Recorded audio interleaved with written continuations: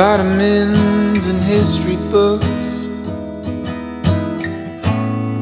psychology in a different way. Hello guys, Assalamualaikum. Welcome back to the segment dan kita berjumpa lagi sekali dalam episod yang terbaru di The Dark Room. Okay, kepada siapa yang masih belum familiar dengan Dark Room adalah satu platform di mana korang boleh menceritakan tentang apa-apa saja yang korang nak cerita pada the segment. Benda-benda yang korang dah terbuku dalam hati korang dengan sekian lama dan memerlukan seseorang untuk mendengar keluhan korang. Okay, because kita sebagai manusia kan, kita kadang-kadang kita simpan benda tu seorang diri. Jadi orang kata bila kita penam lama-lama ni kan, benda tu akan makan diri lah. Yeah. Jadi hari ni kita ada someone dalam talian yang ingin berkongsikan cerita dia dengan the segment lah, dengan kita semua. Okay. Hello, Assalamualaikum. Waalaikumsalam. Siapa cakap sana? Kak Zai. Kak Zai. Daripada Pahang. Hai Kak Zai, apa khabar Kak Zai? Alhamdulillah. Alhamdulillah. Okay Kak Zai, jadi macam Kak Zai tahu kita punya format untuk Dark Room. Apa yang Kak Zai faham tentang Dark Room sebenarnya? Tak meluah perasaan. Jadi kenapa Kak Zai memilih Dark Room sebagai platform untuk menceritakan tentang apa yang Kak Zai pendam selama ni? Dia bukan selama ni jugalah. Sampai ke hari ni, sampai ke sekarang ni pun agak masih tengah down lah. Memang down sangat rasa. Okay. Susah nak cakap, cuma yelah, cerita yang akan cerita ni bukannya nak memburukkan apa-apa. Cuma macam yelah, akak pun dah berusia, dah ada anak-anak semua kan. Jadi benda ni bagi pengajaran dan peringatan juga untuk semua orang kat luar sana lah. Mana tahu pupuk satu hari nanti kita tanpa sedar tau benda ni jadi pada kita. Tak tahu macam tu. Ya, okay Kak Zai. So Kak Zai, terima kasih sebab Kak Zai sudi untuk meluangkan masa dengan the segment dalam episod Dark Room. Okay, so Kak Zai, mungkin Kak Zai boleh mulakan cerita Kak Zai. Mungkin kita boleh dengar cerita Kak Zai. Akak ni dilahirkan dalam keluarga yang besar, adik-beradik ramai, 8 orang semuanya. 4 orang lelaki atas, akak yang kelima, adik lelaki, perempuan dan perempuan. Yang ke-7 dan ke-8 adik perempuan. Mak abah akak dia jalan bisnes sendiri tau. Jadi bermula daripada bawah lah masing-masing. Sampailah berjaya, semua orang kenal lah kat sini. Kalau sebut nama dia, orang memang sangat terkenal. Memang famous lah, memang sangat famous lah. Lepas tu adik-adik akak ni semua boleh dikategorikan, alhamdulillah, semua pandai-pandai. Malangnya nasib akak ni tak berapa nak pandai. Bukan akak tak belajar, pergi sampai universiti tapi tak habis.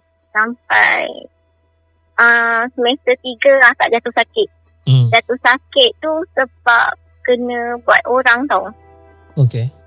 Jadi kita macam hilang ingatan masa tu. Akak lupa semua benda, tak tahu apa benda. Lepas tu bila pergi jumpa doktor cakap kita ada sakit. Macam ada doktor sebab trace ada tumbuhan kat belakang, tulang belakang akak. Tapi sebab masa tu akak tak boleh nak berduduk dengan tegak. Macam bongkok saja, sakit. Jadi doktor cakap ada ketumbuhan kat belakang. Tapi dalam masa sama akak lupa semua benda, tak ingat. Lepas tu kepala ni rasa macam sakit. Jadi akak ambil keputusan untuk berhentilah kan. Sebab susah, sebab jauh, kena pergi ke Sabah semua, sebab akak dekat UMS dulu kan. Lepas tu jadi bermula pada hari tu akak kerja lah, cari kerja.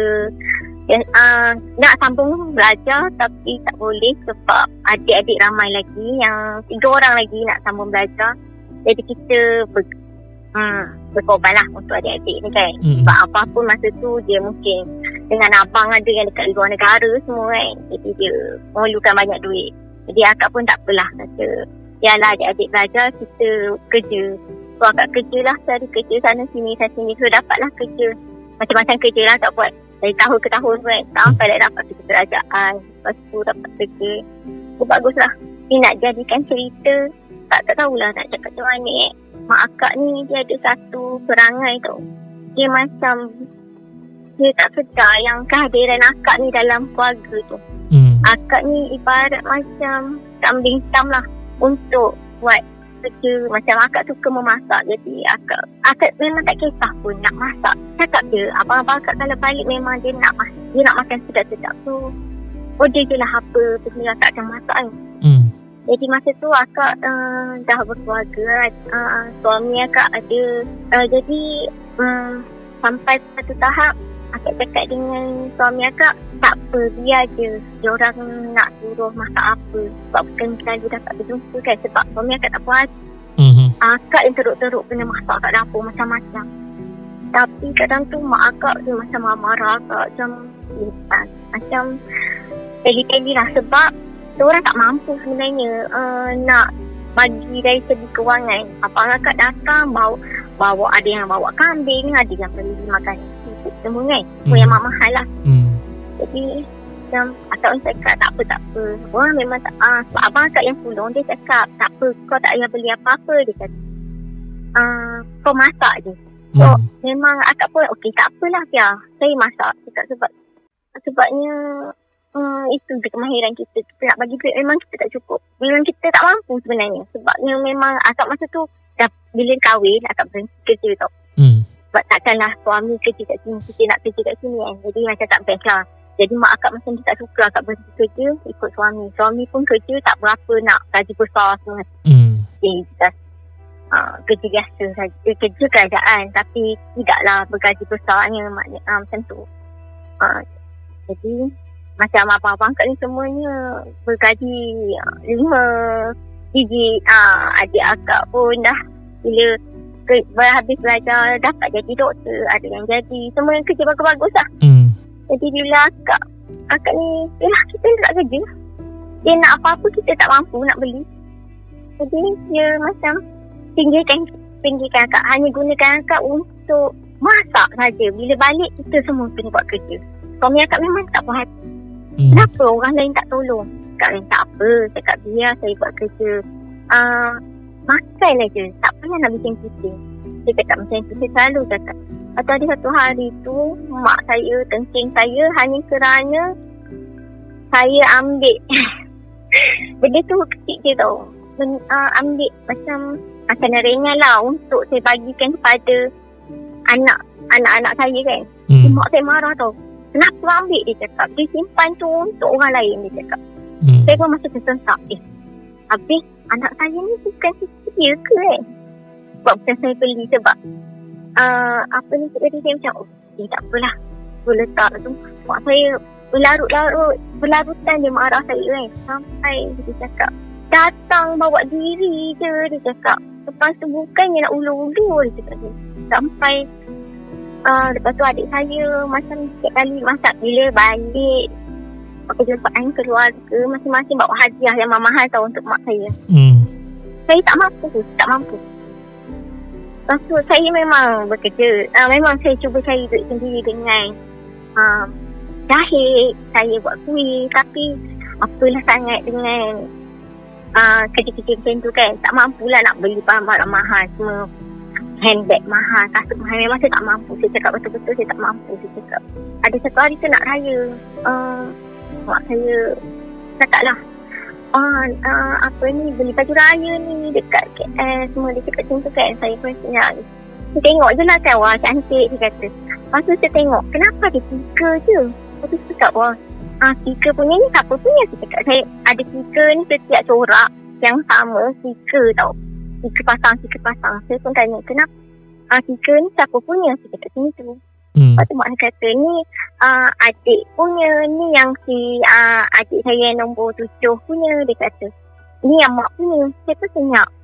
Cik dalam saya tak ada ke? Lepas tu saya tercakap, tapi orang tak ada ke mak? Cakap tu ambil senyum. Betul mak kata tak payahlah kau, bukannya boleh nak bayar pun. Sentap. Kenapa pandang saya macam tu kan? Kalau setakat baju pasang bukan tak boleh nak bayar. Tapi yelah, saya pun senyap, saya diam je. Itulah, jadi masa raya tu saya tengoklah mak dengan adik-adik saya pakai baju sama. Saya ni beza lain. Tak apalah, saya cakap, saya tak kisah pun. Lepas tu macam suami saya terasa hati. Saya selalu cakap kat suami saya, tak apa, Saya tak kisah pun. Saya kata pakai apa yang ada. Saya boleh menjahit sendiri. Saya boleh jahit manik. Saya tak kisah. Saya cakap. Tapi jangan sampai macam tu sekali. Saya minta maaf bagi pihak mak saya. Saya cakap kalau mak saya buat tak elok pada abang, saya cakap macam tu kan. Biarlah mak lah yang tak elok pada saya. Tak kisah. Lepas tu ada satu hari, ada satu tahun tu mak abang tolong saya buka kedai untuk saya tau. Sebab dia tahu saya pandai masak. Jadi dia buka kedai, satu restoran. Jadi abang saya siap belikan highlight baru.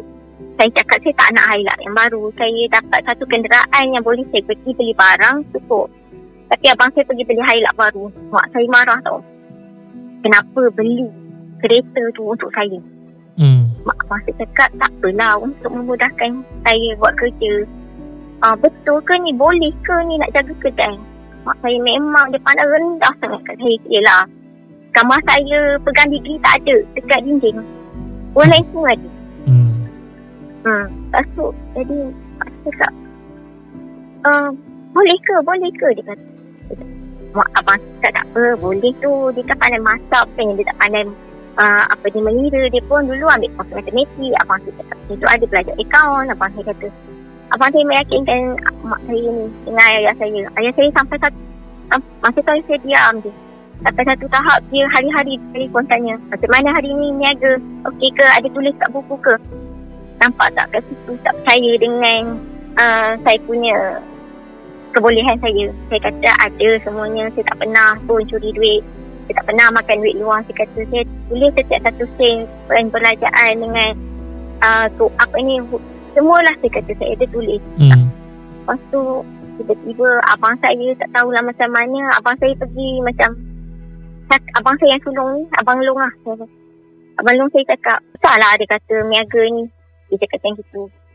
Macam tak ada untung sangat pun dia cakap tu. Padahal masa tu baru 2 bulan buka kedai. Sebenarnya kalau ikutkan 2 bulan tu buka kedai, untung sangat berlipat kali ganda. Sebabnya orang beratur panjang kedai saya tu. Tapi yelah, orang mesti tak percaya kan kat kita. Kita ni dah cakap tak apalah. Cakap nanti ada tu, insyaAllah. Cakap saya pandai lah nanti saya carilah barang-barang yang paling murah dan tak borong semua. Saya cakap kan, tak nak menjimatkan kos semua kan. Tak memuaskan hati. Untuk bulan ketiga, tiba-tiba kakak ipar saya, Kak Ngah, buka kedai baru. Masa tu dia ada kedai bateri dah, dia buka kedai baru. Dalam masa 1 bulan tu dia dapat keuntungan dalam untung bersih. Dia dah tolak semua dengan pekerja semua 7,000 tau. Lepas tu mak saya mengamuk. Dia cakap, macam mana ni dia kata? Kenapa kedai Kak Ngah boleh dapat sampai 7,000, kedai kau tak dapat apa-apa pun? Saya cakap, siapa kata tak dapat apa-apa? Ada, saya cakap. Tapi kedai baru kan, dia nak kena rolling. Saya kata, kena sabar, tahan. Sabar dan faham lah. Saya cakap macam tu. Saya pun tak ambil pun duit gaji. Saya sampai tak ambil duit gaji tau. Sebabnya saya berkorban apa saja. Sebab saya minat sangat dengan memasak. Dengan buka kedai masak tu memang saya suka. Itu impian saya sebenarnya. Mak saya bising-bising ni. Cakap, habis kau ni mesti makan duit lah apa. Dia tuduh saya macam-macam tau. Sampai saya tak boleh nak cakap apa. Saya sedih kenapa mak saya tak percayakan saya lepas tu saya ni bukan anak mak ke kan. Lepas tu saya dengar pula yelah kita adik-adik ramai. Abang saya lah yang ada pula lah cakap-cakap macam ni kan, yang tak elok pasal saya kan.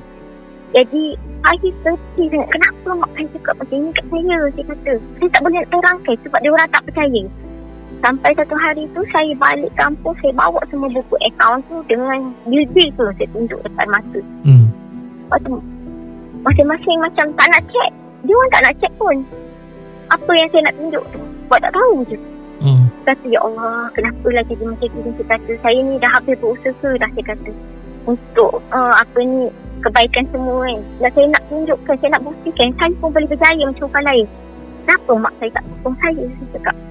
Satu, ada pula adik ipar, kakak ipar yang kondem saya kat belakang, mengata-ngata saya kat belakang. Saya sedih sangat. Saya cakap sampai adik saya yang nombor 7, dia kasih report. Dia report kat saya. Dia cakap lah, kak macam ni, kak macam tu, macam ni. Dia kata apa yang orang dia cakap kat saya. Saya kata kenapa dia cakap, apa salah saya, apa dosa saya. Lepas tu dia cakap minta maaf lah banyak-banyak. Dia kata buruk-buruk macam mana pun tu tetap mak kita. Sebenarnya mak tak suka apa ni, Along tolong kau, dia kata.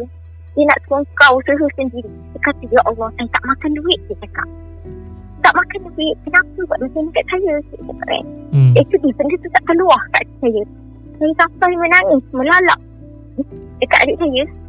Terangkan hal sebenar. Saya cakap, saya tak ambil sen pun duit. Saya buat kerja penat sangat. Saya pukul 7 pagi sampai pukul 11 malam baru saya balik rumah. Tolonglah, saya kata, pagi saya kepercayaan sikit. Lepas tu, okay, tak apalah. Adik kata, buatlah yang terbaik. Dia sokong aja saya. Dia tak pernah. Sebab adik saya ni tersekit. Dia tersekit. Dia dengar cerita belah sini. Dia dengar. Dia tahu saya tak salah. Sebab dia tahu saya perangai saya macam mana. Sampailah satu masa suami saya sakit. Jatuh sakit teruk tu. Tak ada seorang pun. Apa ni? Mak saya, adik-adik saya tak ada khabar tau. Saya pelik, kenapa tak ada tanya khabar pasal suami saya sakit teruk. Hilang penglihatan. Dia pecah. Saluran mata dia pecah. Jadi dia terus darah blok kat mata tau. Jadi masa tu masih lagi running business kita kan. Tapi dalam masa sama kita nak uruskan suami kita yang sakit, nak buat kerja, nak jadi orang yang kan jadi orang betul. Saya memang sedih sangat. Kenapa orang buat macam ni saya? Lepas tu kekuatan saya hanya saya pandang anak-anak saya, bekas suami saya lah, dan bekas suami. Lepas tu jadi sampai lah dia ni dah pembedahan berapa kali semua. Saya ulang alik, pergi selayang, pergi buat pembedahan mata semua. Keluarga dia adalah melawat kan. Keluarga saya memang tak buat tu. Mak bapak saya tak pernah tak melawat, tanya khabar.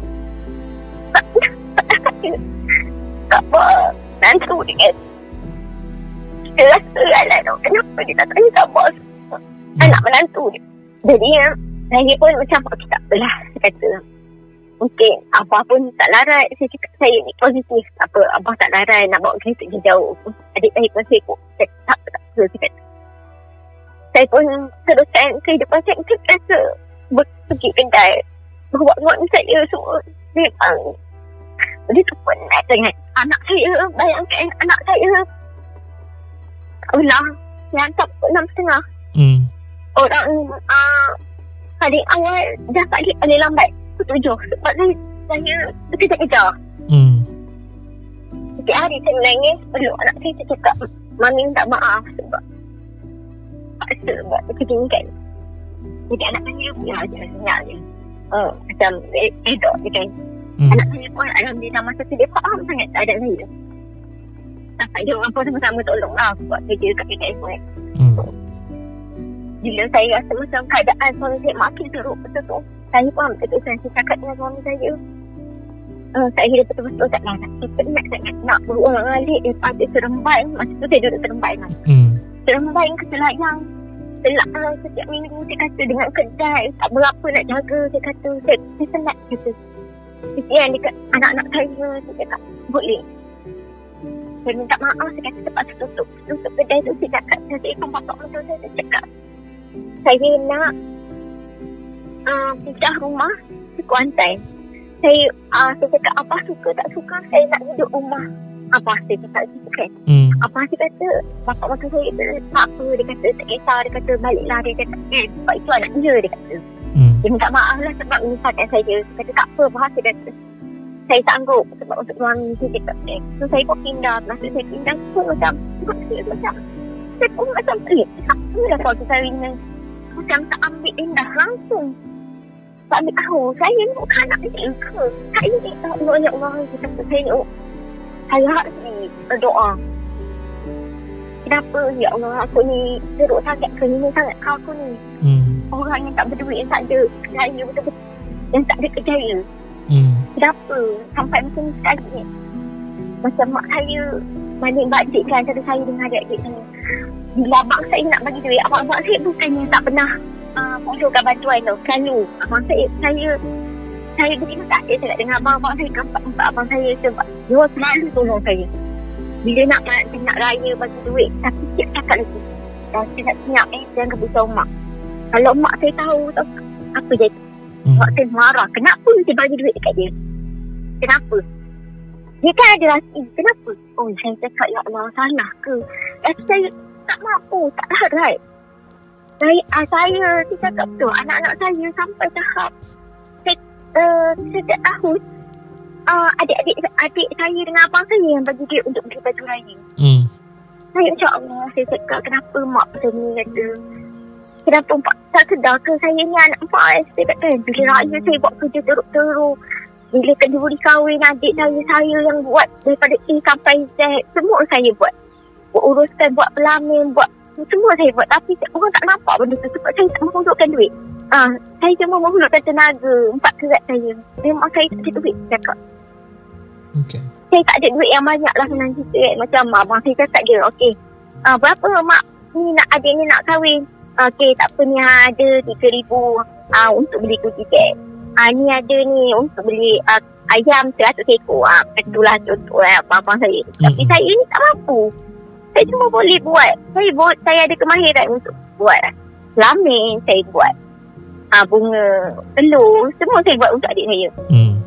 Tanpa sen duit pun adik saya bayar dekat saya. Saya tolong. Semua barang-barang tu semua adik saya belilah. Jadi saya cakap, kata ya Allah. Sampailah saya dah pindah ke Kuantan. Tiba-tiba abang saya cakap nak bawa mak saya pergi umrah tau. Dengan adik bongsu saya. Saya cakap tak. Lepas tu saya WhatsApp dalam keluarga family punya WhatsApp group. Saya cakap tak apalah, pergilah. Saya kata elok-elok. Saya cakap gitu kan. Lepas tu saya tumpah KP sebab abang saya pergi satu keluarga, mak dengan adik saya. Ayah saya tak boleh pergi sebab dia sakit masa tu. Jadi dia duduk dekat rumah abang saya. Jadi saya ni fikir, ya Allah ya Tuhan, mak saya nak pergi umrah untuk kali yang ketiga. Saya cakap saya hari-hari doa, pemudahkanlah urusan mak aku ya Allah. Saya cakap janganlah apa-apakan dia kat sana. Biarlah dia beribadah dengan sempurna. Cuma satu je aku minta, ya Allah, bagilah dia ingatan yang aku ni adalah anak dia. Sebab dia ada 3 orang anak perempuan. Tolonglah ingat aku salah seorang daripadanya, ya Allah. Saya ikut dia hari saya doa. Tak nak mak saya jadi apa-apa. Tak nak mak saya terima bala dia. Dekat sana. Tak nak. Memang selama dia pergi sana tu, hari-hari saya doa macam tu.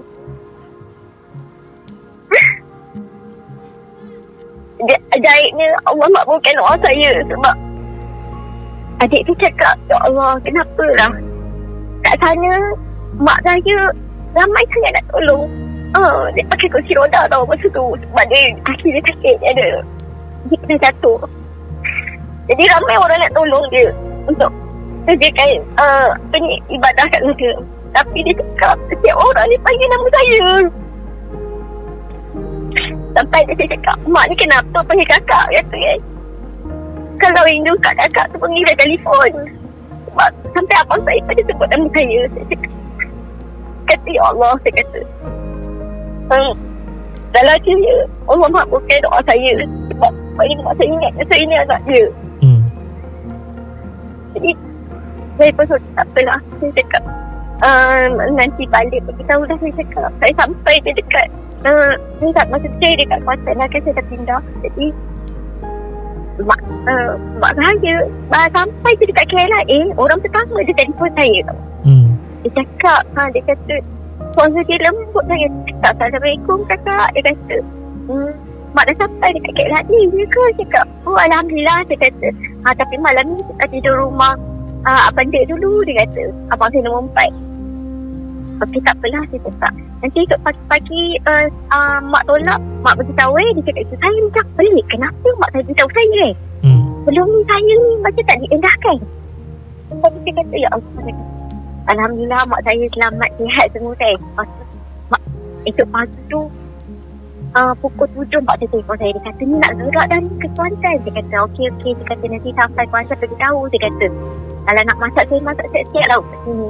Nanti sampai saya makan nanti kesian nak penatkan. Dia kata tu tak payah. Dia kata beli je lauk. Dia kata tak payah susah-susah ke kau. Dia kata saya lagi sekali saya pelik.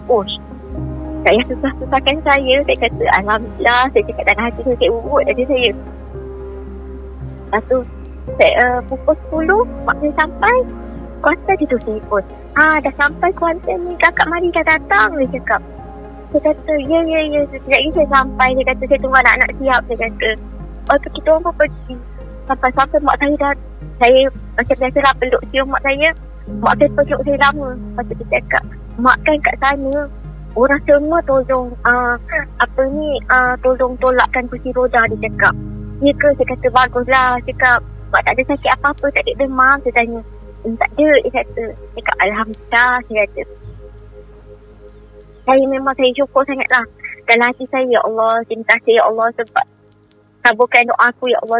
Memang saya tak nak mak saya kena apa-apa kat sana. Lepas tu jadinya tiba-tiba dia bagi saya satu plastik besar hadiah tau. Mak saya tak pernah bagi hadiah kat saya. Sebab dia selalu kan dia untuk adik saya yang 2 orang tu kan. Itu dia berikan saya baju untuk anak-anak saya, untuk suami saya masa tu.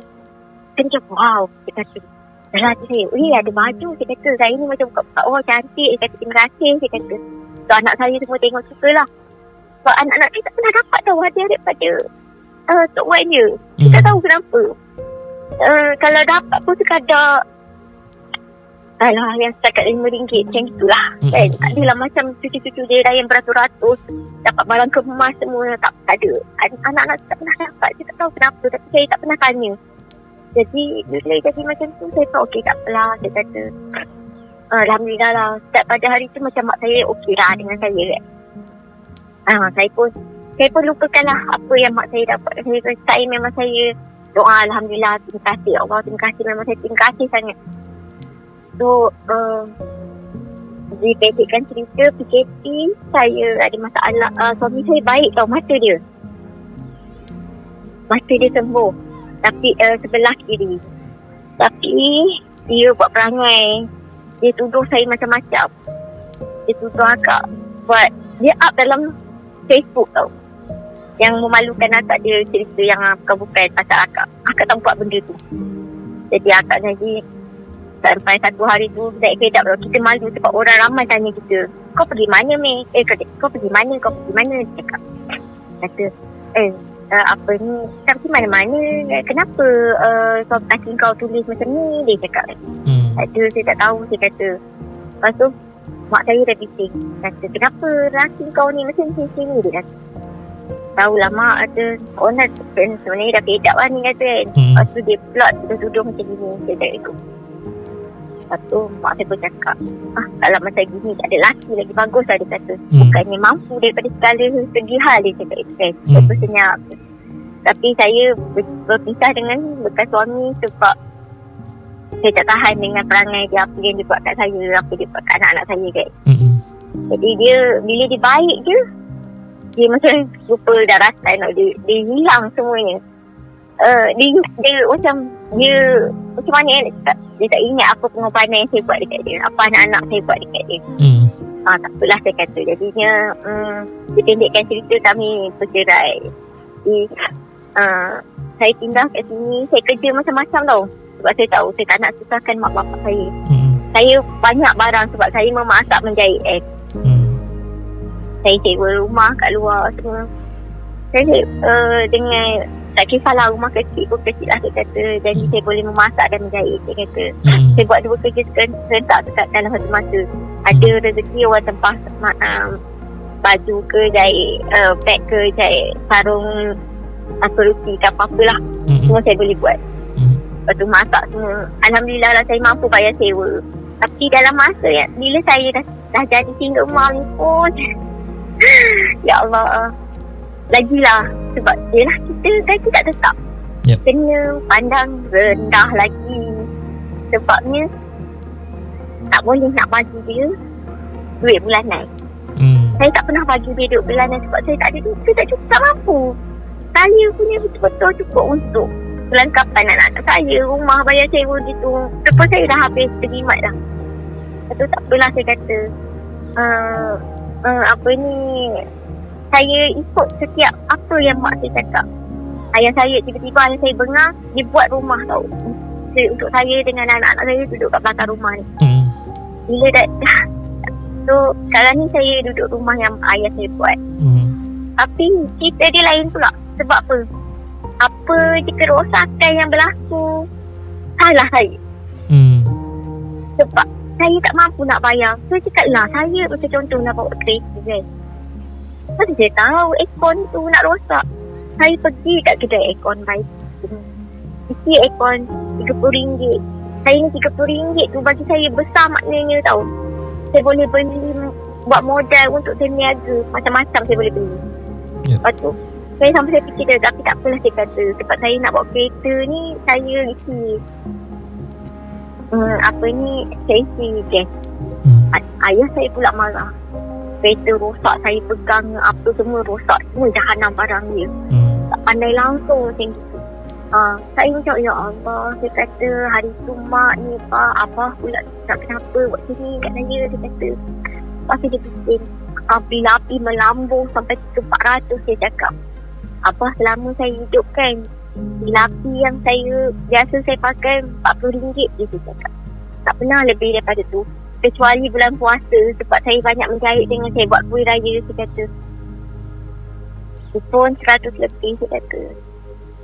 Cakap macam gitu, abah saya senyap.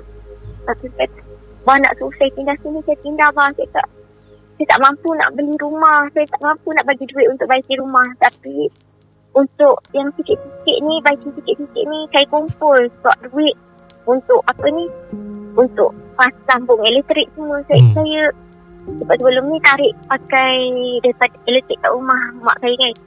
Jadi saya kata, saya simpan untuk saya cakap, kereta rosak. So dia bagi saya kereta kenari tu. Kereta kenari tu sebenarnya sangat buruk lah senang cerita. Tapi saya syukur. Tak apalah, buruk pun buruk lah. Bukan suami saya dia nak bagi kereta. Saya tak nak sebab saya sebenarnya tak nak ada apa-apa ikatan dengan dia. Sebab dia apa-apa nanti dia up dalam Facebook tau. Malukan saya. Saya tak nak benda tu. Kita nak up dalam Facebook. Saya cakap Allah. Saya kata malulah saya. Tak payahlah. Saya tak nak nanti kan. Macam orang ingat saya ni pula. Tapi macam cakap jadinya saya tak nak ambil apa-apa daripada dia. Jadi macam sekarang ni saya macam alah, salah saya ke? Saya ni tak ada duit. Saya ni tak ada kerja yang besar. Ni sekarang PKP ni, saya habis teruk dah buat kerja. Macam-macam kerja saya buat. Saya jadi cleaner, part time dekat sekolah. Tapi bila sekolah tak ada, sekolah tutup, saya terpaksa tak boleh, tak dapat gaji lah. Lepas tu, tapi besar tu macam dari hati dia cakap akak datang je selang sehari untuk sapu-sapu, untuk siram pokok. Dia kata nanti kita bagi gaji separuh. Jadi gaji tetap akak yang separuh tu lah, yang tak seberapa, tapi akak tetap syukur. Alhamdulillah akak kata. Faham tak? Kita tak mampu tau nak bagi makan, macam bagi lauk yang mahal dekat mak abah. Kita cuma mampu bagi ikan, bagi ikan yang murah-murah, macam ikan pelaling, macam bagi ayam. Itu je yang mampu beli. Bila dia dapat duit, baru akak boleh beli. Ketam tu kat sini, ketam memang harga dia sangat murah. Tapi bapak akak tak makan ketam kecil-kecil. Dia memang selera kayangan. Semuanya nak udang galah, nak potong besar-besar. Bila akak beli potong kecil, lah, buat apa beli sotong kecil? Masak apa macam ni? Ya Allah, kita rasa macam ini je yang aku mampu. Kata tak boleh nak beli. Faham tak situasi akak macam mana? Jadi kita kan semua tak kena. Ya Allah, bagi macam ni tak betul, tak bagi kalau kena marah macam ni. Apa yang nak ni kan? Sampai tahap fikir, Allah Akbar, kenapa aku dilahirkan macam ni, ya Allah, kenapa salah aku ke, sakit dulu, ya Allah. Hari-hari akak ni doa tu, semoga Allah murahkan rezeki akak, ya Allah, tolonglah ya Allah. Sampai tak tahu nak cakap macam mana. Lepas tu Akak kan pernah ambil keputusan nak bekerja balik tau. Dekat tempat lama akak, dekat hotel, dekat kawasan. Untuk apa? Untuk maju selangkah lah nanti sikit. Tunjukkan yang kita boleh bagi apa yang dia nak. Faham tak? Faham. Macam berukti semua, akak mampu tau nak bagi hati macam orang lain. Macam abang akak, macam adik akak.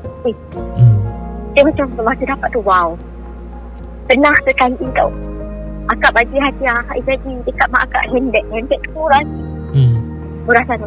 Lepas tu akak ni macam okey, tak apalah, akak post, akak buy foto daripada seller tu, terus post ke rumah. Lepas tu bila dia dapat, dia tanya dalam dia tanya seorang anak dia, siapa yang pakai handbag ni, dia kata. Semua dia kata tak ada lah, mana ada. Lepas tu tiba saya cakap, tu akak pun cakap, saya yang bagi. Saya minta maaf mak, cakap itu dia saya mampu saya bagi, tapi saya suka sangat dengan design handbag tu. Saya kata saya suka. Sebab saya senyap. So masa hujung minggu saya balik, tiba-tiba adik ipar saya bagi handbag yang mahal tau, harga dalam 600 lah. Maksudnya dia bagi saya sangat mahal lah. Jadi dia pakai. So saya dia pakai tu. Masa kat dapur, saya lambatlah keluar masa tu. Masuk tengah sibuk uruskan bekas suami kan. Dia sakit. Jadi saya kena uruskan dia dulu, baru saya pergi dapur. Masa saya tu, saya dengar dia cakap, cantik lah yang awak kata. Tengok tu kakak bagi handbag. Tak apa, murah macam tu. Geras kejung. Mak tak pakai handbag macam murah-murah ni. Bungkus-bungkus bagi kat orang je lah nanti. Apa perasaan awak? Yelah. Akak faham kan? Akak ya Allah akak kan pandang masuk balik bilik akan nangis. So senyap tau. Sebab suami kan masa tu saya tak nampak kan. Jadi tapi dia dengar lah akaknya teresak-esak kan. Dia cakap kenapa? Terus dia cakap nak balik lah sebabnya ada order ni. Dia cakap gitu. Oh ya ke? Dia kata tertipu dia kan. Dia kata ada order ni, ada banyak order. Dia cakap orang nak lakpati kan. Dia cakap semua hari esok. Dia kata aku tak sempat. Ya ke? Jomlah kita balik. Dia kata saya tak boleh nak masuk dapur. Saya tak boleh nak masak masa tu. Padahal masa tu semua orang request nak nasi ayam tau. Jadi saya memang tak boleh nak masak. Sebab rasa macam tempat saya sedih. Rasa macam saya keningnya. Memang di sini lah kan macam tu kan. Dia cakap ya Allah macam mana lah ni. Dia kata lepas tu saya pergi dapur. Saya tengok abang saya dah beli ayam. Adik saya semua dah siap-siap. Kata saya kena balik. Dia kata itu saya tahan perasaan saya nak nangis ni. Dia kata saya kena balik. Ada orang tempah makanan besok banyak. Dia kata saya tak sempat. Saya minta maaf ya. Saya tak dapat nak masak. Dia salam-salam. Mak saya salam. Mak saya ulur tangan salam. Mak saya kata apa? Dah pergilah balik. Dia kata apa ni tangan mak kotor. Dia tak nak salam dengan saya. Masa tu saya macam Allah. Saya sabar je sebab dia tahu masa tu yelah birthday mak saya kan. Saya birthday mak saya dah lepas, tapi kita orang celebrate lambat lah. Jadi saya cakap ya Allah, saya kata tu je saya mampu ya Allah. Saya nak cakap apa lagi. Saya telefon adik saya yang nombor 7 tu. Saya nangis-nangis dekat dia. Saya cakap ya Allah, bersalah aku kata bagi barang, bagi hadiah dah kena hina pula, kata tak bagi lagi kena hina. Mak nak apa sebenarnya ni? Saya cakap ya Allah tolonglah. Saya cakap jadi sekarang ni saya cakap dengan adik saya macam adalah adik saya cakap kat saya, Kak kau duduk kat situ ada beli-beli barang dapur tak? Dia cakap ada. Kata tapi tak adalah banyak. Cakap beli ayam dan ayam je lah. Cakap kan, saya kata yang saya mampu. Kalau beli sotong kan tak mampu nak beli sotong besar-besar sampai RM40 kilo kata. Beli ayam sotong kecil je yang RM10 10 kilo. Apa ni ketam pun satu bakul RM10 cakap kan. Lepas tu itu je yang mampu kata. Cakap itu tadi kan ada bagi beras semua. Walhal tu tak beras tu saya dapat daripada orang kasih dah. Sebab saya tak tahulah orang saya rasa macam orang luar faham keadaan saya. Bagi ulur saya bantuan dekat saya, bagi duit, bagi beras. Apa ni sebab tahu saya macam mana. Saya tak minta, tapi tiba-tiba ada je orang telefon, Kak nama Kak ni dia kata nanti akak datang kat sini ambil apa makanan, dia cakap. Saya cakap, oh ya ke? Tiba-tiba ada Tok Imam datang ulur duit, ulur beras semua. Cakap, ya Allah, terima kasih sangat-sangat. Cakap saya macam, ya Allah, kata, kenapa orang luar yang bagi bantuan, kenapa mak saya, abah saya tak nampak yang saya ni memerlukan bantuan daripada dia orang. Saya bukannya nak minta, nak tagih tau. Saya minta dia orang faham jika kat situasi saya, yang saya ni betul-betul memang tak ada duit yang banyak lah. Itu lah saya cakap, saya kata saya minta sangat, saya dah hantar resume tau. Jadilah tadi cerita dia. Saya dah hantar resume semua dengan harapan saya dapat kerja tu. Tak kira lah housekeeping ke, tukang cuci pinggan ke, saya tak kisah. Walaupun saya boleh layak jawatan yang lebih tinggi daripada tu, tapi saya tak kisah. Sampai tahap saya cakap dengan kawan saya tadi, saya kata bagilah saya yang mana-mana yang patut. Saya kata saya janji saya dapat kerja yang tetap, gaji bulannya yang tetap. Faham tak? Gaji sekarang kan semua 1,000 ke atas. Mana orang boleh dapat bawah kan? Lagi-lagi kita hotel macam tu kan. Lepas tu dia ada OT semua. Saya kata saya tak kisah pun. Saya kata tolonglah. Saya kata saya merayu. Saya kata bagilah saya. Dia apa-apa pun saya tak kisah. Saya kata. Lepas tu sampai kawan saya kata, ya, dia kata nanti dia tolong. Dia cakap, InsyaAllah ada tu sebab, tapi janganlah sampai nak jadi housekeeping. Dia kata kan, sebab dia rasa sebab saya layak untuk kerja yang lebih tinggi daripada tu. Dia kata macam tu.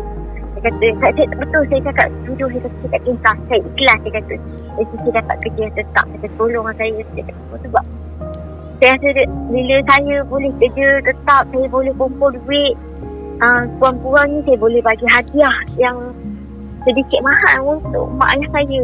Bagi dia orang macam, oh wow, macam tu tau. Saya bukannya nak apa-apa tau, tapi ikutlah penghargaan untuk saya. Sebab tu saya cakap dengan anak saya, mami kerja teruk-teruk ni untuk korang tau. Duit mami adalah duit korang tau. Bukannya duit mami seorang-seorang. Tapi itulah, sebab kadang-kadang anak saya pelik, kenapa Tok Wan berkira sangat dengan mami sampai RM2 pun kena bayar balik dengan ni. Saya cakap, tak apa, saya cakap tak apa. Kalau mami mampu sediakan, mami sediakan. Kalau tak mampu, sabar, kita kumpul duit. Sampai satu masa kita beli. Saya cakap, alhamdulillah anak saya sangat memahami, faham yang saya boleh nak bagi kemewahan dekat dia orang. Dan dia orang pun bersyukur. Semua dia orang macam ralat lah, kenapa nampak sangat saya ni dibeza-beza kan oleh orang yang lain kan. Jadi saya cakap tak apa. Dia kata maafkan Tok Wan dengan Tok Bah. Saya cakap buruk macam mana pun tu tetap mak, abah, mami. Saya cakap macam tu kan. Saya selalu pujuk anak-anak saya, Jangan kita bukan pasal mak bapak saya dengan Tok Wan dengan Tok Bah je. Saya cerita, saya luahkan ni, jangan salah faham. Bukan saya nak niat saya nak burukkan mak abah saya ke tau. Bukan. Tak ada. Cuma saya nak bagi peringatan yang setiap yang keluar daripada perut ni adalah anak dia tau. Dia menyusul sama-sama. Jadi jangan, walaupun kerja bagus ke tak bagus pun tetap anak dia. Tapi itulah macam Hafiz fikir kan, daripada apa yang Kak Zai cerita kan. Mungkin benda-benda macam ni jadi sebabkan Kak Zai ada 7 orang adik-beradik. Okay, ini pada pendapat Hafiz lah Kak Zai ada 7 orang adik-beradik. 8 okay, 8 orang adik-beradik. Kak Zai adalah nombor 5 Nombor 5 je. Okay, so basically Kak Zai adalah anak perempuan sulung. Betul? Ya, betul. Anak perempuan sulung kan. Jadi berkemungkinan ni Hafiz just orang kata berpendapat lah, berkemungkinan yang sebelum ni masa Kak Zai masih belajar dan sebagainya di universiti dan sebagainya, mungkin mak dan ayah Kak Zai letakkan harapan yang sangat tinggi dekat Kak Zai untuk orang kata menjadi satu role model kepada adik-adik kan.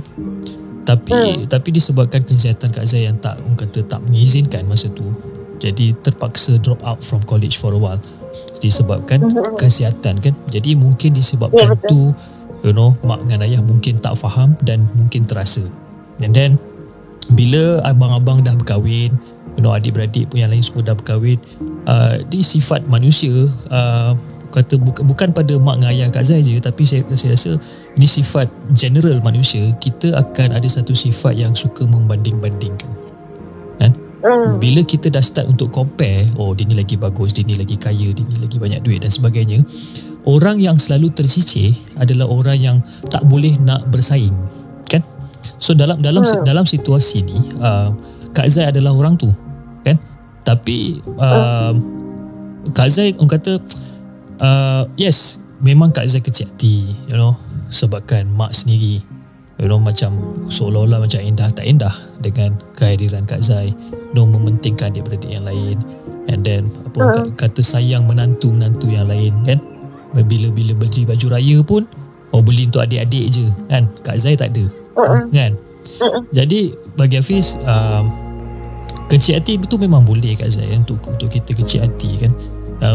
Kak Zai pun orang kira macam manusia biasa, kita semua manusia biasa, kita akan ada satu sifat yang macam orang kata macam kecil hati kan, bila mak sendiri buat macam tu kan. Jadi bagi Hafiz, you know, whatever yang mak atau abah dah lakukan sebelum ni, orang kata Kak Zai just jadi anak yang terbaik lah, you know, anak yang terbaik, di mana you know, jangan simpan dalam hati kan. Ini sifat orang tua Kak Zai. Dan mak dengan ayah umur berapa guys? Mak dengan ayah umur berapa? Dia dah dah 70 lebih, mak dah 60 lebih sebelah. Ya. Jadi ini memang agak faham dia orang sebenarnya tak sihat kan, macam apa tu dia tak sihat sebenarnya. Sebab tu agak macam cuma kita terfikir, kita just menangis sendiri kan. Yelah, faham. Bila kena macam itu, agak tak pernah lawan cakap mak abah tau. Tak pernah. Itu dah kira cukup bagus bila Kak Zai tak pernah lawan kan. Bila Kak tak pernah lawan, itu orang kata bermaksud macam Kak ni taat pada orang tua, pada mak dengan ayah kan. Tak kira lah mak dengan ayah tu buat apa sekalipun kan. And then berbalik pada cerita bekas suami Kak Zai sebelum ni kan.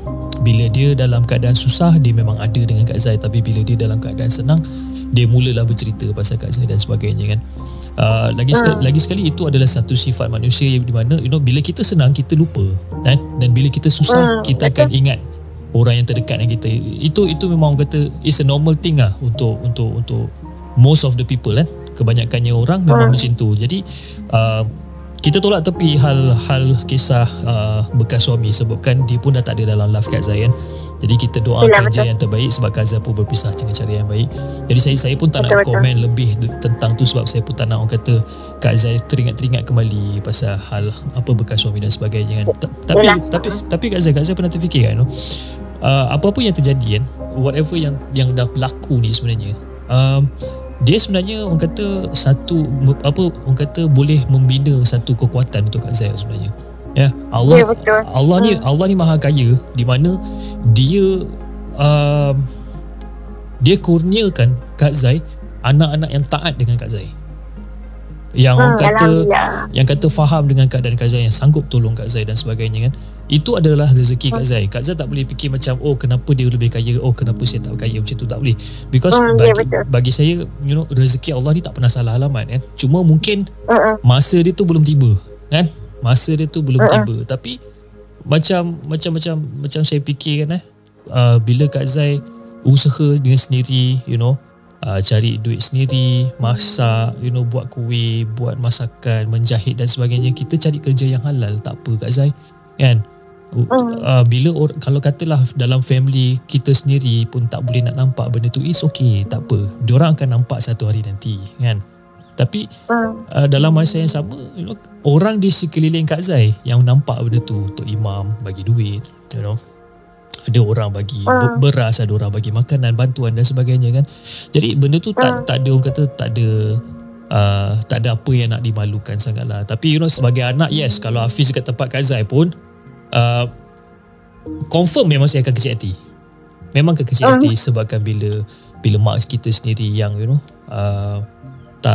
buat tak indah pasal kita kan. Tapi itulah Kak Zai, macam saya cakapkan tadi, berkemungkinan you know, harapan mereka pada akak tu memang sangat tinggi sebelum akak drop out from college, you know. Tapi bila akak sakit dan terpaksa berhenti belajar dan sebagainya, mungkin harapan diorang tu musnah pada waktu itulah kan.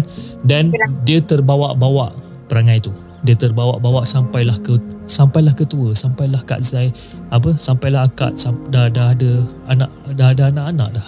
Benda tu terbawa-bawa. And then bila ada adik-beradik lain yang lebih berjaya, dia akan cuba compare lah. Oh, kenapa Along berjaya, kenapa Angah berjaya, kenapa Acik berjaya, tapi kenapa Kak Zai tak, kan?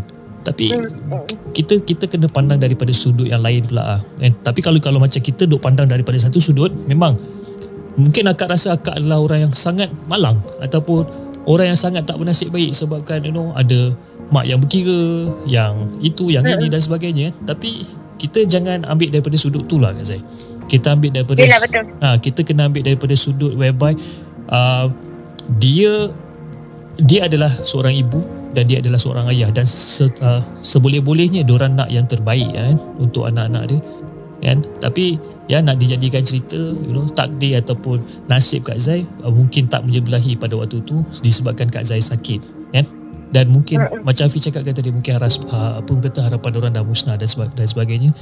Dan itulah macam Afi cakap, jangan simpan dalam hati. Kalau boleh, jangan ada satu sedikit sekelumit pun, sebesar kuman pun perasaan marah ataupun benci pada apa benda yang diorang dah buat kan.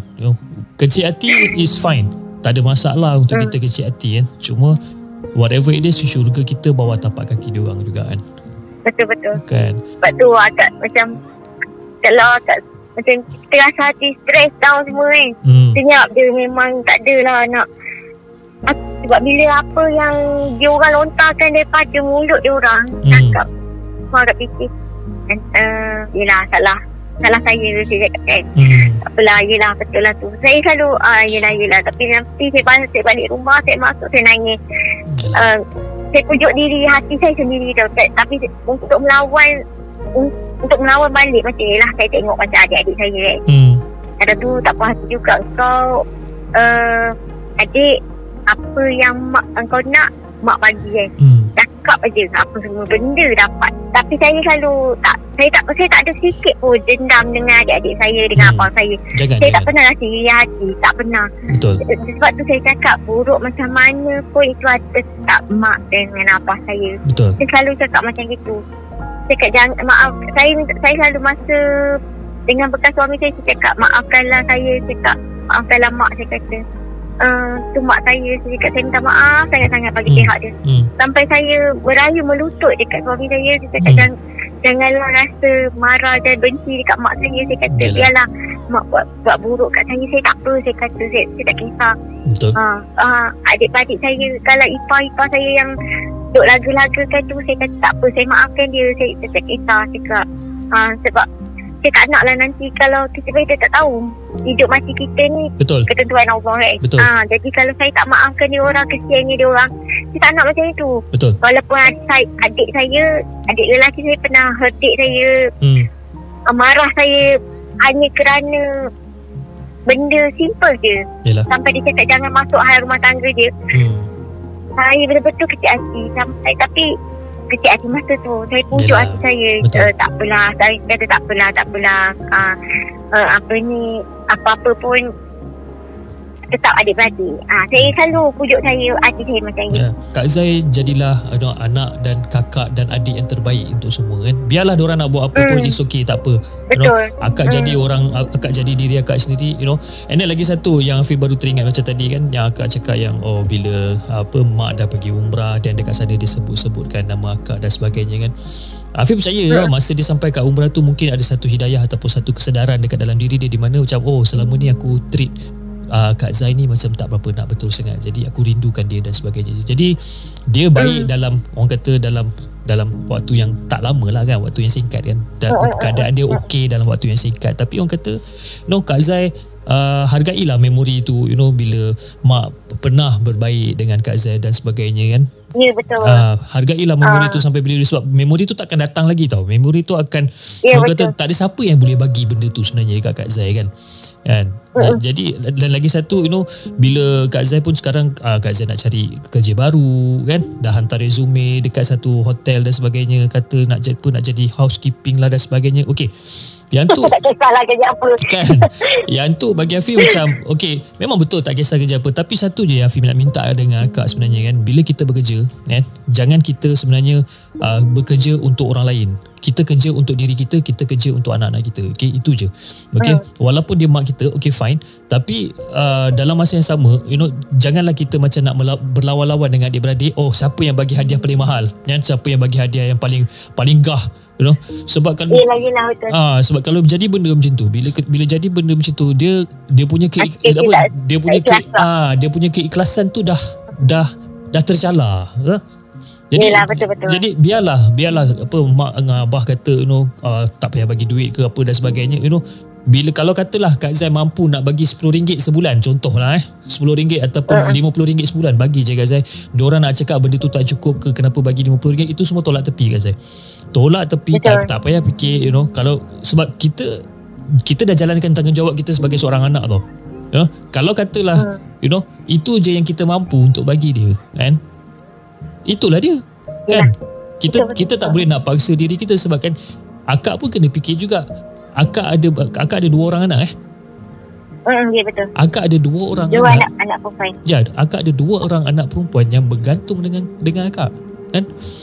Jadi kalau macam walaupun mungkin akak pernah terfikir nak bagi semua gaji akak dekat mak, disebabkan just nak make sure mak puas hati, just nak make sure mak tutup mulut dan sebagainya. Nanti anak-anak macam mana pula, kan. Kak Zai kena fikir, sebab anak-anak tu adalah satu amanah yang Allah dah bagi kat kita, kan. Jadi orang kata jagalah sehabis baik lah anak-anak ni, kan. Itu je lah, kan. Sebab memang kalau macam saya katalah dimurahkan, Allah makbulkan permohonan akak kerja. Sekarang ni memang kita dekat bawah, kan. Tapi hidup kita ni ibarat macam roda Kak, kan. Ya betul. Dia kejap dekat atas, kejap kat bawah, kejap kat tepi dan sebagainya, kan. Jadi mungkin sekarang akak dekat orang kata kedudukan bawah, kan. Tapi esok lusa kita tak tahu, kan, kehidupan kita macam mana, kan. Kalau ikutkan macam ni, mula-mulanya yang sebab akak terus tak nak kerja tu, sebab akak fikir senang akak nak jaga mak abah. Betul. Bila abah masuk hospital, kita boleh jaga dia tanpa pening kepala nak minta nak kata. Tapi yelah, bila benda tu terjadi, yelah, dia orang tak nampak benda tu sebenarnya. Tapi akak tak pernah minta dia orang puji akak, tak pernah. Sebab kita ikhlas nak jaga abah kita, nak suruh dia sihat tau. Yelah. Jadi itulah bila benda tu jadi memang terkilan lah, kan. Betul, sangat terkilan. Jadi kita macam Ya Allah bagikan aku kekuatan, Ya Allah, tolonglah Ya Allah. Tapi sebenarnya bila ada perasaan terkilan tu, itulah yang membuatkan kita ni manusia tau, kan. Sebab kita ada perasaan tu, kita ada terkilan, kita kecewa dan sebagainya, kan. Itu normal, kan. Cuma itulah Hafiz cakap, mungkin Kak Zai jangan terlalu down, because kalau Kak Zai terlalu down dalam hidup ataupun dalam life, kan, segala benda yang Kak Zai buat mesti tak jadi punya, kan. Nanti dengan anak-anak tak ke mana, dengan masakan tak ke mana, dengan menjahit tak ke mana, kan. Bila kita down ni, satu sifat ataupun satu benda yang sangat berbahaya lah pada seseorang. I mean, kadang-kadang Hafiz pun akan rasa down juga, kadang-kadang 1-2 hari, kadang-kadang dalam sehari akan rasa down. Tapi bila kita reflect balik, kita fikir balik, tak boleh. Kita tak boleh down sebab kan kita ada orang yang bergantung dengan kita, kan. Anak-anak kita, macam Kak Zai, anak-anak Kak Zai, macam saya, anak-anak saya, wife saya, kan, memang bergantung dengan kita. Jadi kita kena, orang kata, bangkit, and kita kena jadi yang terbaik lah. Jadi yang terbaik untuk semua orang, jadi yang terbaik untuk anak-anak, jadi yang terbaik untuk mak ayah, jadi ada adik-beradik yang terbaik lah. Kira the best of the best lah adik-beradik. Itu je lah Kak Zai. Akak cubalah, kan. Betul. Tapi berita baiknya esok akan ada bajet tempahan. Alhamdulillah. Tempahan makanan. Alhamdulillah. Untuk sarapan pagi lah. Nampak? Saya rasa macam, ya Allah, kata. Rasa macam wow. Dia hari Sabtu hari tu dah ada orang tempah banyak dah. Kata Alhamdulillah, kan. Tiba-tiba hari Ahad tu kena marah teruk. Dia pun macam sedih semua apa benda. Doa dengan Allah tu. Tiba-tiba hari ni dapat pula tempahan, ya Allah. Itu macam Hafiz cakap, rezeki Allah ni tak pernah salah, kan. Bila sampai waktu dia, tiba masa dia, akak larilah jauh macam mana pun, rezeki tu tetap akan sampai ke akak juga, kan. Yelah. Betul. Anyway Kak, terima kasih sangat-sangat sebab sudi untuk berkongsi dengan Dark Room, berceritakan tentang kisah Kak dengan mak, ayah, adik-beradik dan sebagainya. Jadi sebelum kita mengakhiri kita punya podcast untuk malam ni, Akak ada apa-apa pesanan tak yang Akak mungkin nak sampaikan pada penonton-penonton yang tengah menonton sekarang ni? Okey, Akak cuma nak cakap minta maaf lah sebab mungkin Akak terlebih emosi ke, tapi Akak bukannya niat untuk burukkan mak bapak sendiri, tak ada niat pun. Tapi itulah yang terjadi pada Akak. Sebab peringatan untuk diri Akak sendiri, Akak ada 2 orang anak perempuan, supaya walaupun Akak tahu anak Akak bukannya lah orang yang pandai. Kalau nak bandingkan, kalau contoh saya orang kata bandingkan dengan orang sebelah, Akak pandai tak, Akak tak pernah. Tak apalah Kakak, kalau anak Akak 2 orang tu, selalu Akak macam ingat muhasabah diri sendiri. Tak apalah, mungkin anak aku pandai sampai setakat itu, mungkin kita tak tahu kepandaian dia yang lain, kita tak tahu. Tapi Akak syukur yang anak Akak sangat memahami Akak. Betul. Itu adalah rezeki yang orang kata Allah nak bagi dekat Akak kan. Sebab apa, tak kisahlah anak Akak pandai ke tak pandai ke, kurang daripada jiran sebelah, dengan didikan yang betul, satu hari nanti diorang juga yang akan mandikan kita. Kan? Jadi jadi itulah, takut nanti orang pendengar kat sana salah faham dengan situasi Akak cerita pasal takutlah orang kata memburukkan mak bapak sendiri. Tak ada niat pun benda tu sebenarnya. Tapi itu yang terbuku, benda tu dah bertahun-tahun daripada dulu sampai sekarang. Rasa macam ya Allah kata kita tak ada, tak boleh sebenarnya nak cerita dekat semua orang, tak boleh. Sebab macam sekarang bila dah meningkat dewasa, umur dah tua lah, senang cerita kan. Kita dah tak ada kawan, dah kurang kawan tau. Yalah, betul. Jadi dekat sini bila kenal je tu segmen, ada kawan-kawan dalam Discord, rasa happy tau. Itu pengubat dia, ya Allah kan? Sumpah kata itu pengubat dia. Rasa macam walaupun kadang tu masing-masing semua masuk air, cengek-cengek kan, tapi itu yang buat Akak ketawa hari-hari. Sebab Akak ni sebenarnya seorang yang happy go lucky. Bila jadi benda macam gini, dia down tu memang ya Allah. Betul lah tu. Tak apa, it's okay kan. Tapi sekarang Akak dah rasa lega belum bila Akak dah luahkan segala benda tu? Terima kasih lah Fiz. Memang rasa lega sangat. Rasa macam terluah semua benda. Alhamdulillah. Itu yang kita tak nak sanggup nak kan? cerita dekat anak-anak. Tak sanggup nak cerita dekat anak-anak sebab tak nak nanti dia fikir bukan-bukannya. Tak apa, dia nampak kita sedih semua kan. Tapi itulah tu bila kita dapat cerita, ya Allah, Alhamdulillah. Akak pun terkejut sebenarnya sebab tiba-tiba Hafiz boleh cakap nak telefon Akak untuk Dark Room tau. Jadi wow. Sebab boleh, orang kata boleh rasa yang mungkin Akak ada something yang nak bercerita kan. Tapi mungkin sebabkan Akak mungkin tak ada orang-orang atau kenalan, walaupun kita tak pernah kenal, tapi betul. Saya rasa sangat rapat dengan Akak sebabkan cara Akak bercerita, dengan kehidupan Akak yang lebih kurang macam Hafiz juga dulu. Hafiz dulu, sebelum apa yang Hafiz tengah buat sekarang, Hafiz ni hanyalah macam orang kata peniaga kuintiau tepi jalan kan. Struggle juga cari kerja dan sebagainya kan. Biasalah kita punya ups and downs lah kan. Jadi Akak kata jangan down sangat Akak kan. Boleh nak down boleh, dan tapi mungkin dalam setengah hari, satu hari cukup lah kan? Yelah, betul. Tak ada, semenjak ada Discord ni sekejap je dia punya down. Lepas tu ceria kembali. Okey Kak, anyway terima kasih Kak Zai sebab sudi untuk berkongsikan cerita dengan The Segment. Okey, kepada siapa yang di luar sana yang ingin berkongsikan kisah korang pada The Segment, korang boleh hantar email kepada kami di hellosegment@gmail.com, ataupun korang boleh hantar Instagram di @hellosegment, ataupun korang boleh join Discord macam Kak Zai cakap tadi, join Discord. Kat situ semua orang happy go lucky je, right? Jangan lupa like, share dan subscribe channel The Segment, dan insyaAllah kita akan jumpa lagi on the next coming episode. Assalamualaikum.